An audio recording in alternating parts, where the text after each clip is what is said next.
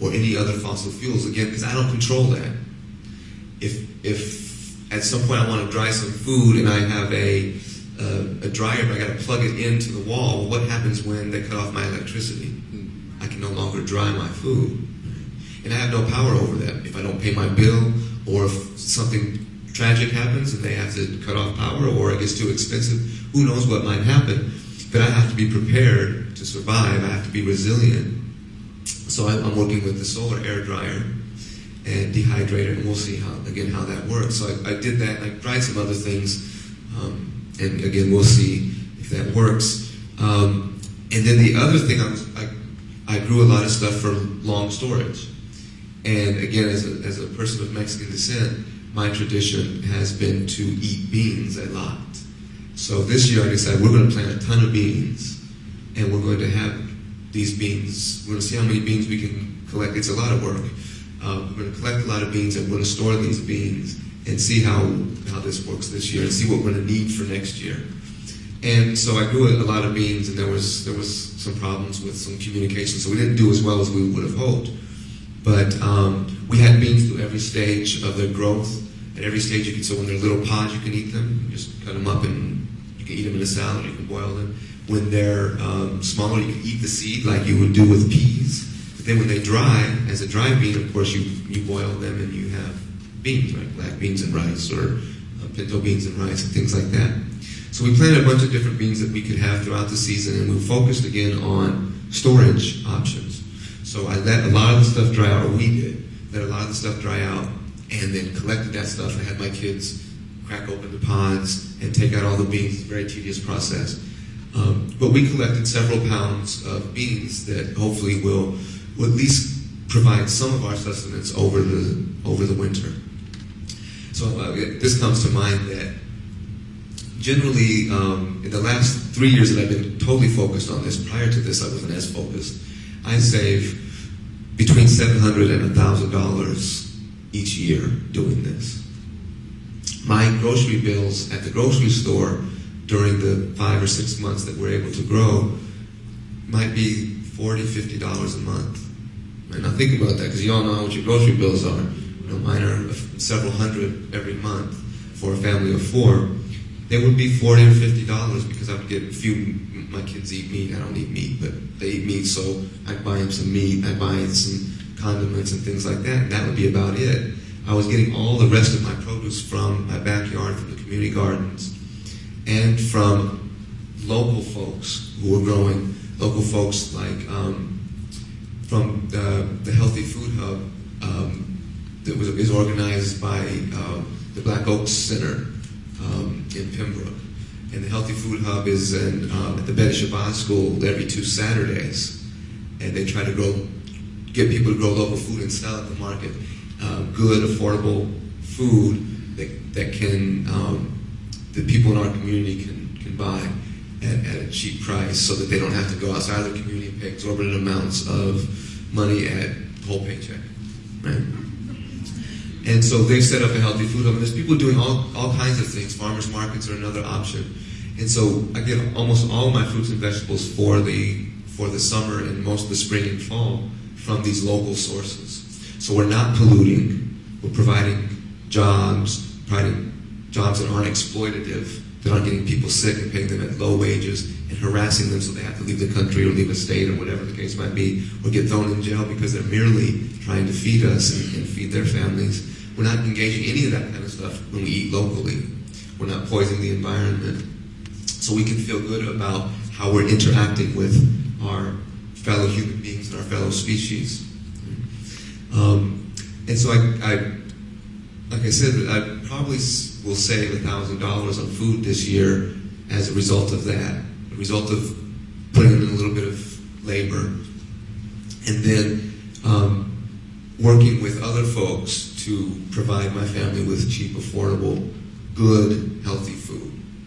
And that's what I want to leave you with. I want to stop for questions so we can have a conversation. I don't like to talk too long. I want to give you the outline of what it is we do, and the kinds of the framework for why we do what we do, which is these failing structures and ideas that aren't going to work for us in the coming months and years. And then provide you with something to think about in terms of, well, if you do go off and decide you want to participate in this, that you have an idea of what kinds of questions to ask, who to talk to, etc. So I want to leave it at that. I want to thank you for having me, and maybe we can have a bit of a discussion.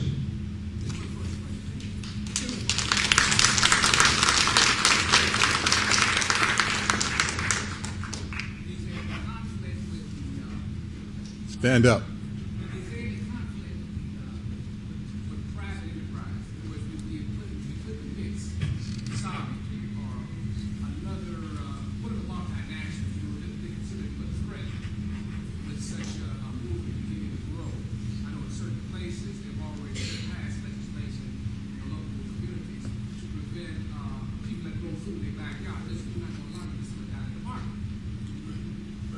The question, if you didn't hear, was about what the relationship to private enterprise, especially corporations. Now, many of the enterprises we do have are private, but they're small, locally organized, democratically, etc. We're talking about big, large corporations here. And at this point, I don't think that the corporations really are concerned at this point, because the local food movement is such a small operation right now. Fred Carter from Black Oak Center, some of you might know, told me one time that we're so small they think of us as a joke right now. We're under the radar right now. But what we hope to do, and we hope to remain under the radar, and we hope to do this not on a large scale, but a lot of small scales. So it's a community garden like our Roseland Garden is 55 feet by 120 feet. And we're feeding dozens of families every year.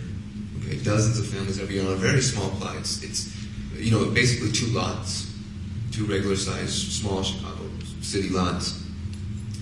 And what we'd like to see happen, as opposed to making this a very large, centralized kind of operation where you have a corporation or a private enterprise that is trying to do good things in their community, we want to have a lot of small operations. Because when you get beyond a certain mass of people, it no longer is democratic. It no longer serves the purposes of empowering people. And so what I'd like to see, there's been a lot of talk about having these very large urban farms in Chicago, and people have invited me to participate, and I'm saying, well, that's great, you guys do that, I'll support you, but what I would rather see is, in every empty lot in our neighborhood, a small garden, in every yard, a couple of tomato plants.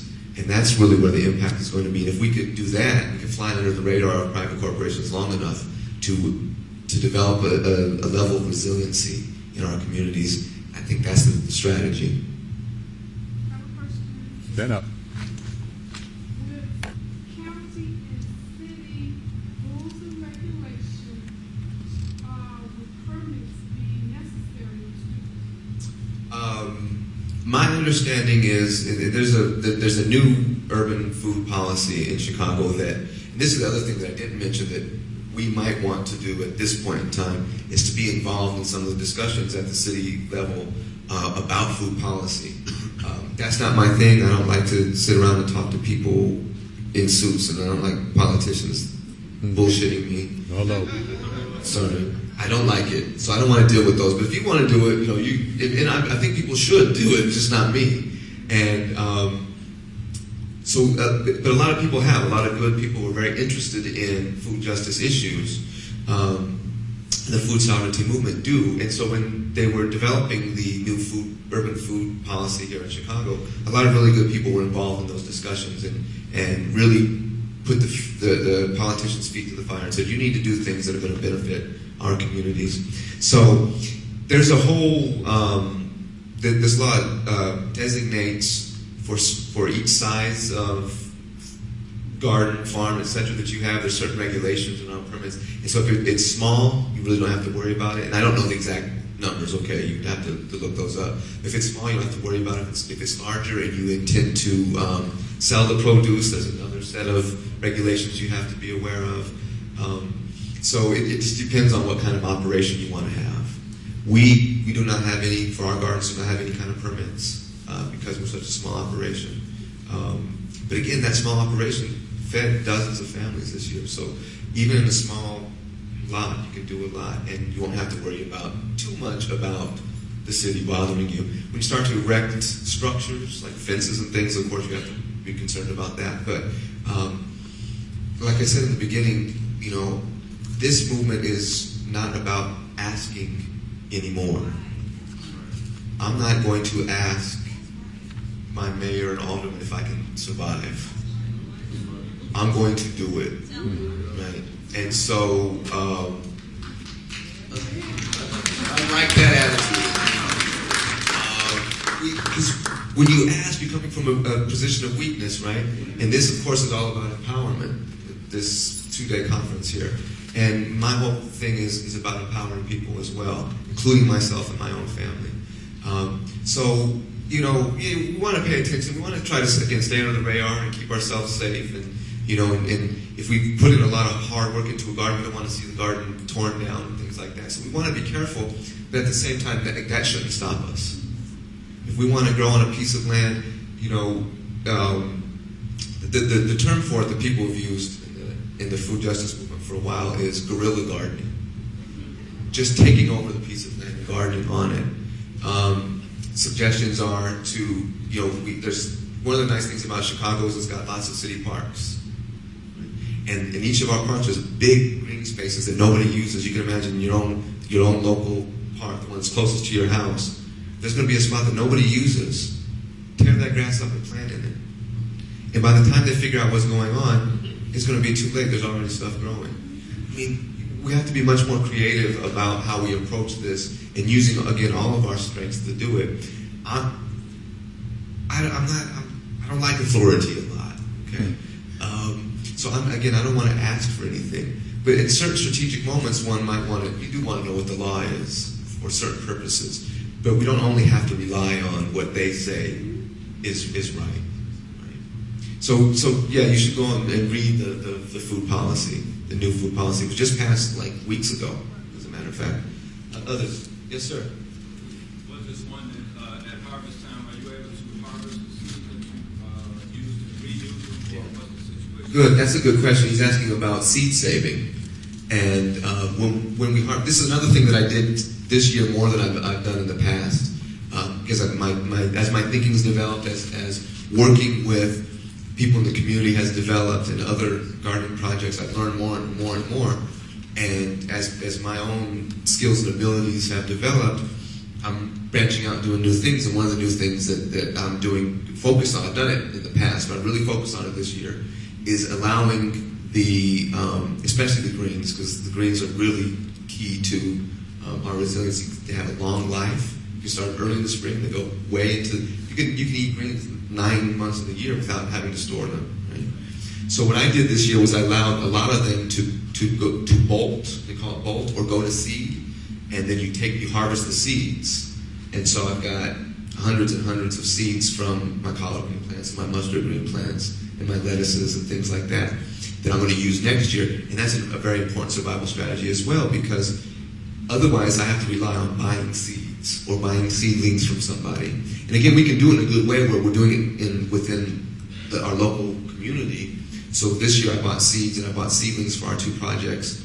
I bought them from the Healthy Food Hub. So that's going back into the community, back into Black Oaks, is doing a really, really important work. So I don't mind doing that so much, but what we have to be prepared for is when that option is not available. So I have to learn how to save seeds. And so I started harvesting with a real intent on harvesting seeds this year. And I've got, like I said, hundreds of seeds that I'll put in the ground in our community garden this year. I can put them in the garden in Inglewood at the Elder Center. And if anybody needs seeds, we can barter, we can do all kinds of things. And so that we, again, are having control of our wealth. This is what we want to rethink what wealth is as well. The seed is wealth. It's the seed and the soil and the water is wealth. And we need to protect that wealth. And if I have a wealth of seeds, then I can survive. Yes, ma'am.